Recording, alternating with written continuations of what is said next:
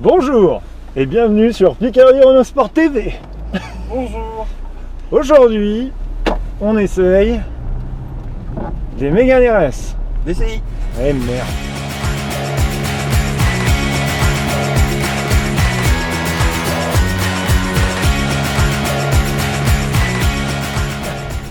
Donc bien sûr on est sur un temps Picard.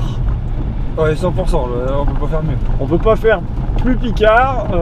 On est sur une piste désaffectée.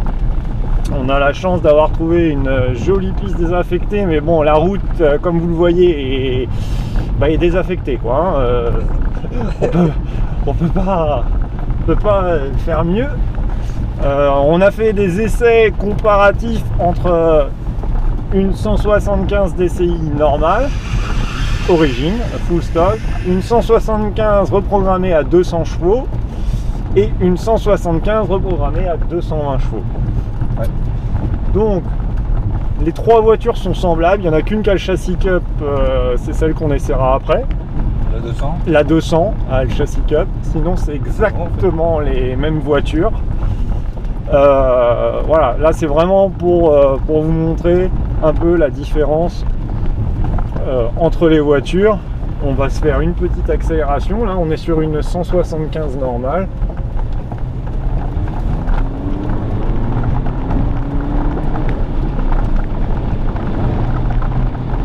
Ça accélère déjà sympathiquement. On voit que c'est des freins origine, qu'elle est strictement d'origine. Ouais. Alors, ça freine pas. Oui, voilà, en plus avec le temps, ça ne freine pas. Après le châssis, on n'est vraiment pas là pour parler des châssis Renault Sport. Voilà, sur une Mégane RS, que ça soit en diesel ou en essence, ouais, c'est exactement le même. Sachant que le diesel et l'essence sont strictement identiques. En châssis, équipement, tout ce que vous voulez, c'est exactement la même voiture. À la différence que le DCI, forcément c'est un diesel, elle est un peu plus lourde, d'environ 150 kg comparé à l'essence. Donc ce qui fait que sur le bloc DCI de 175, il est un peu léger pour le châssis. Donc vous pouvez reprogrammer sans souci, le châssis l'emmène sans problème du tout. Maintenant je vous propose qu'on aille essayer la reprog à 200, on se retrouve tout de suite. Qui klaxonne, je sais pas quoi. Et bonjour. Ah non, on l'a déjà fait. Ah non, on l'a déjà fait celle-là. Alors, nous revoilà. Nous revoilà. Avec Vincent au volant de la RSDCI reprog à 200. Avec le châssis cup. Donc le châssis cup, là, on va pas pouvoir franchement l'exploiter vu les conditions et vu la route. Et en plus, elle est en pneu neige. Oui. Justement, on aurait pu jouer. Oui, ça aurait été, pour la glisse, c'est plus joué. Alors, on se fait un petit tour de rond-point. Enfin, c'est un grand rond-point. Hein. Pas très rond. Ouais. Déjà, c'est beaucoup plus raide. Oui, le châssis cup, on voit tout de suite que c'est beaucoup moins confortable. Dans celle-là, la différence, donc elle a vraiment le pack cup complet avec les Recaro bleus magnifiques, comme dans toutes les Mégane avec les Recaro Trendline. C'est magnifique. Par contre, c'est la première fois que je monte dedans et je vois qu'ils sont bien durs. Ouais, sur la Mégane 2, ouais, les Recaro sont quand même très fermes. Ah la vache. Comparé à une Mégane 3 où on est mieux installé. Oui, complètement. Ouais. Donc là, pareil, on va se faire une petite accélération pour que vous puissiez comparer les deux. Donc attention, c'est parti. On sent que c'est reprog parce que ça patine et on sent clairement qu'elle a plus la gouache. Et on voit aussi qu'elle a des très bonnes plaquettes parce que dessus il a monté des DS Uno. Voilà. Mais clairement on sent que... Et elle a gros échangeur aussi. Ouais. Elle repart vraiment... L'inconvénient de la 175 full stock, ça te dérange pas de pousser quand je parle? Non. L'inconvénient de la 175 full stock, c'est qu'à 3000 tours, vous avez plus rien. Voilà. Ça tire jusqu'à 5000, mais vous n'avez plus aucune sensation à partir de 3000. Tandis qu'une version reprog, comme là la version 200, vous pouvez monter jusqu'à 4005 sans souci. Le moteur est toujours aussi péchu. Oui, et on voit vraiment la différence entre les deux là. Arrête avec tes vraiment. Au niveau du châssis, les Mégane RS DCI qui ont le châssis Cup n'ont pas les étriers rouges. Donc si vous avez une occasion à acheter et préciser châssis Cup, faites les vérifications pour pas payer une voiture, vous faire avoir quoi, qui vous vendent une voiture avec le châssis Cup alors qu'elle ne l'a pas. C'est un truc à préciser parce qu'il y a beaucoup de petits malins qui en vendent certaines aussi en version F Intime. Savoir que la version diesel F Intime n'existe pas non plus. Il n'y a pas de version numérotée, il n'y a pas de F Intime, il n'y a pas de... Il y a tous les modèles, toutes les séries illimitées en RSDCI, ben, il n'y en a pas, tout simplement. Et comment on les reconnaît? Alors il n'y a que chez Renault. En fait, il suffit de prendre le numéro de série de la voiture qui est sur la carte grise.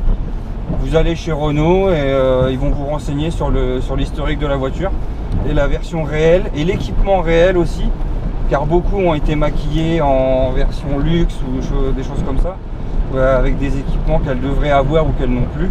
Donc, comme ça, vous pouvez vérifier vraiment le modèle de voiture que vous êtes sur le point d'acheter. D'accord. Voilà. Merci pour ces renseignements, professeur Dominique. Alors, donc là, on est à bord de la dernière Mégane RS DCI qu'on essaye aujourd'hui. Donc c'est une DCI 175 Reproga 220, voilà. Donc une luxe toute option. Ouais, celle-là, la version luxe, donc elle a la finition, l'intérieur avec les baquets full cuir, les panneaux de porte recouverts de cuir, le pommeau, enfin il y a du cuir partout. Elle a aussi le GPS. Alors le GPS, si vous pouvez vous en passer, laissez tomber parce qu'il vaut rien. Et en plus il tombe en panne très facilement et il coûte très cher. Dans le modèle qu'on essaie actuellement, il ne marche plus. Donc on a abandonné parce qu'un GPS à plus de 500 €, quand vous savez ce que c'est comme GPS, ça sert à rien. Donc vous pouvez vous en passer. Et elle a aussi l'option toit vitré.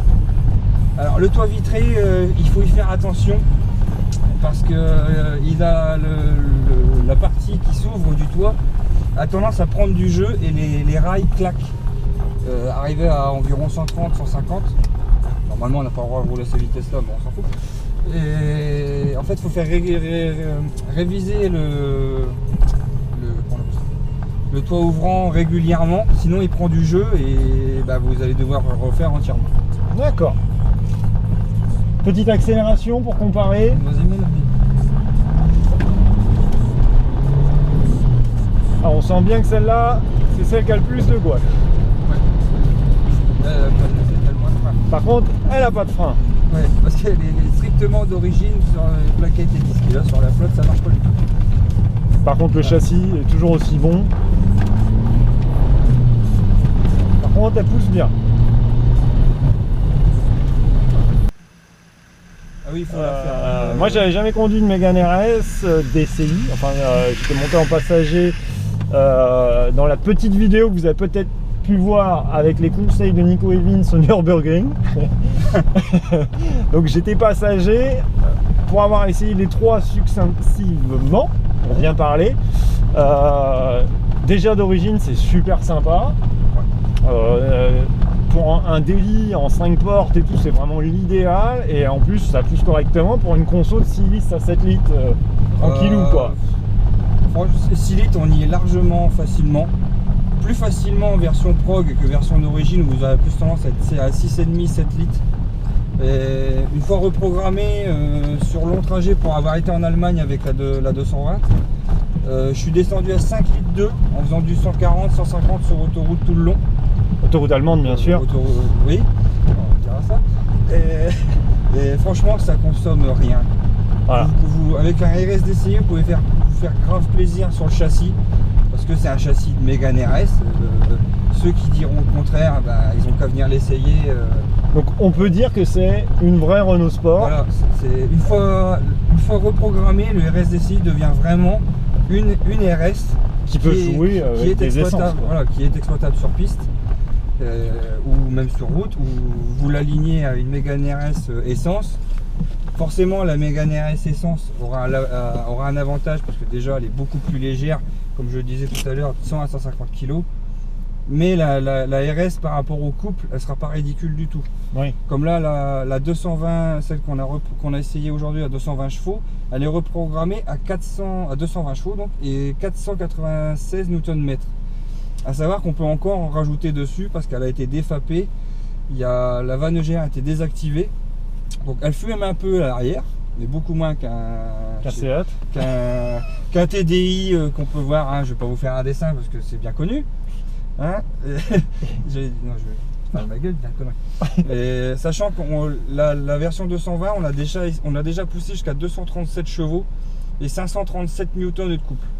Mais on l'a bridé volontairement pour pas casser pour pas flinguer la boîte et l'embrayage. Ouais, comme quoi ça encaisse, quoi. Ouais, voilà, le 2 litres d'origine Nissan et non Renault, oui. Il peut prendre largement 220-230 chevaux sans problème d'entretien et de casse. Le 2 litres Nissan et non pas Renault, voilà. Comme beaucoup pensent. Voilà. C'est un des rares moteurs Nissan en diesel mis sur des Renault, parce que maintenant la tendance actuelle c'est de mettre des moteurs essence Nissan dans des Renault et des moteurs DCI Renault dans des Mercedes, dans des Nissan. Oui. Savoir que oui, le 2 litres Nissan, même en coût d'entretien, c'est une chaîne de distribution et non pas une courroie. Donc déjà rien que niveau entretien, vous faites les vidanges, filtre à gasoil et c'est tout ce qu'il y a à faire. Là, la version 220 chevaux qu'on a essayé aujourd'hui, elle affiche je vais vous dire ça, 230 000 km. Et elle a la steak. Et elle marche parfaitement, elle roule tous les jours. Elle fait l'entretien régulièrement et c'est tout. Ouais, c'est tout ce qu'on a dessus, quoi, à faire. Après, c'est un diesel normal, quoi. Ouais, Sauf que ça a un super châssis. Ouais. Donc, moralité de cette petite journée, on a essayé de faire au mieux, mais on va pas vous mentir, il fait vraiment un temps picard. Ouais. C'est-à-dire, on n'a pas fait ce qu'on voulait. Voilà, on n'a pas fait du tout ce qu'on aurait aimé faire. On voudrait remercier les 3 personnes qui nous ont prêté leur voiture. Thomas et Julien, surtout qui nous ont prêté et la 175 5 portes et la 200 en 3 portes châssis cup. L'autre voiture, c'est une voiture du club, donc on la remercie pas vu qu'on est venu avec. Ça, et surtout qu'ils ont joué le jeu sous un temps de merde, c'est-à-dire il fait 8 degrés et il flotte à verse depuis qu'on a commencé la vidéo. Donc depuis plus de 2 heures, ils sont en train de se peler le cul dehors pendant que nous on essaye les bagnoles. Donc on voudrait les remercier. La prochaine vidéo qu'on va faire, je pense qu'elle sera tournée sur le circuit de Castres pendant notre événement du PRSD le 13 et 14 février. Je pense qu'on aura pas mal de véhicules, dont des véhicules concurrents comme la Fiesta ST. Et je pense qu'on ira faire un tour avec le propriétaire de la Fiesta ST pour pouvoir comparer à une Clio 4 et une 208 et autres modèles. Et puis voilà, si vous voulez qu'on essaye votre voiture, vous avez des idées, des vidéos à nous proposer, des comparatifs insolites, c'est simple, écrivez-nous.